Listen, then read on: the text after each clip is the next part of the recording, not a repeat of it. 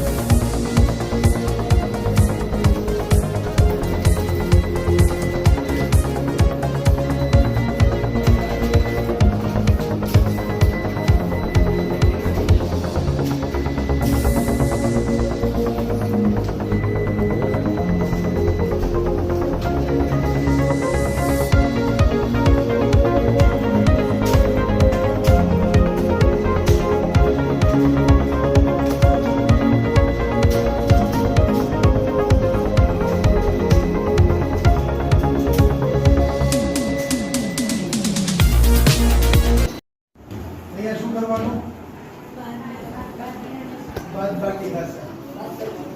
18 માંથી 4 જાય તો 14. હવે 1000 છે ગુણાકારમાં સાથે લઈ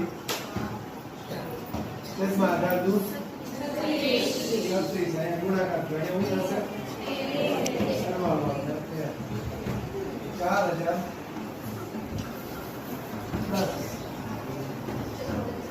14,000 ના છેદમાં કેટલા આવશે?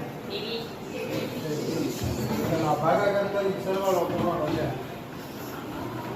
આવશે એના રસ, એના વિચાર, આ બધી બાબતોનો એટલે ભાઈ એ કોના પર સીધો અસર પડે છે? એટલે ભાઈ ઇન્ટરવ્યુ આપનાર વ્યક્તિ પર પડે. એટલે મુલાકાત પદ્ધતિ છે એ શ્રેષ્ઠ પદ્ધતિ છે. પ્રત્યક્ષ અને પરોક્ષ બંને રીતનો આપણે અભ્યાસ છે એ કરી શકીએ. એટલે સૌથી શ્રેષ્ઠ અને સારામાં સારી અભ્યાસ પદ્ધતિ કઈ બને છે? મુલાકાત પદ્ધતિ. ઓછા સમયમાં ઓછા ખર્ચમાં જો કરવી હોય, બરાબર, પારદર્શક માહિતી કદાચ એ પ્રશ્નાવલીમાં આપણને ન મળે, પણ મુલાકાત પદ્ધતિમાં આપણને મળી જાય. બેંક ઓફ બરોડા દેખાડો ને, એમાં જો ખૂણામાં લખ્યું ઈ હરાજી વેચાણ. અહીંયા લખ્યું છે જો ઈ હરાજી વેચાણ નોટિસ. તમને નોટિસ મળે. અહીંયા ઉધારકર્તાઓના નામ છે, જેમણે લોન લીધી ને બધા, એમને એક નોટિસ મોકલવાની આવે. એ નોટિસની અંદર જો પૈસા નહીં ભરે તો એની જે પ્રોપર્ટી છે ને, દસ્તાવેજો જે મૂકેલા છે ને, બધા વેચે. આ રોજ ન્યૂઝની અંદર આવે. જો કેટલા નામ છે ખબર? 16 છે ઉધારકર્તા. સ્થાયી અને અસ્થાયી મિલકતોનું વિગતવાર વર્ણન. અનામત કિંમત 23.50 લાખ. 13/2 હેઠળ નોટિસની તારીખ, તો કે ભાઈ તારીખ 13/3/2023. પદનો વર્ગ એટલે x નો વર્ગ. રેડી? પછી અંતિમ પદનો વર્ગ એટલે y નો વર્ગ. બરાબર? એટલે અહીંયા થશે મધ્યમ પદ એટલે 2xy. જો x - y આખાનો વર્ગ હોય, આપણે અગાઉ એક દ્વિતીય સમ ચાલી ગયો, x નો વર્ગ - y નો વર્ગ એટલે એક વખત કેવા ભાઈ? એક વખત માઈનસ એક વખત કેવા એક વખત અહીંયા પ્લસ અને એક વખત માઈનસ. આની જગ્યાએ a b આપી દીધેલા હોય બરાબર, તો a નો વર્ગ માઈનસ b નો વર્ગ, આનો જવાબ શું થઈ જશે? પિયુષ, આપણે શાંતિ રીતે કરવાનું છે કંઈ, હો?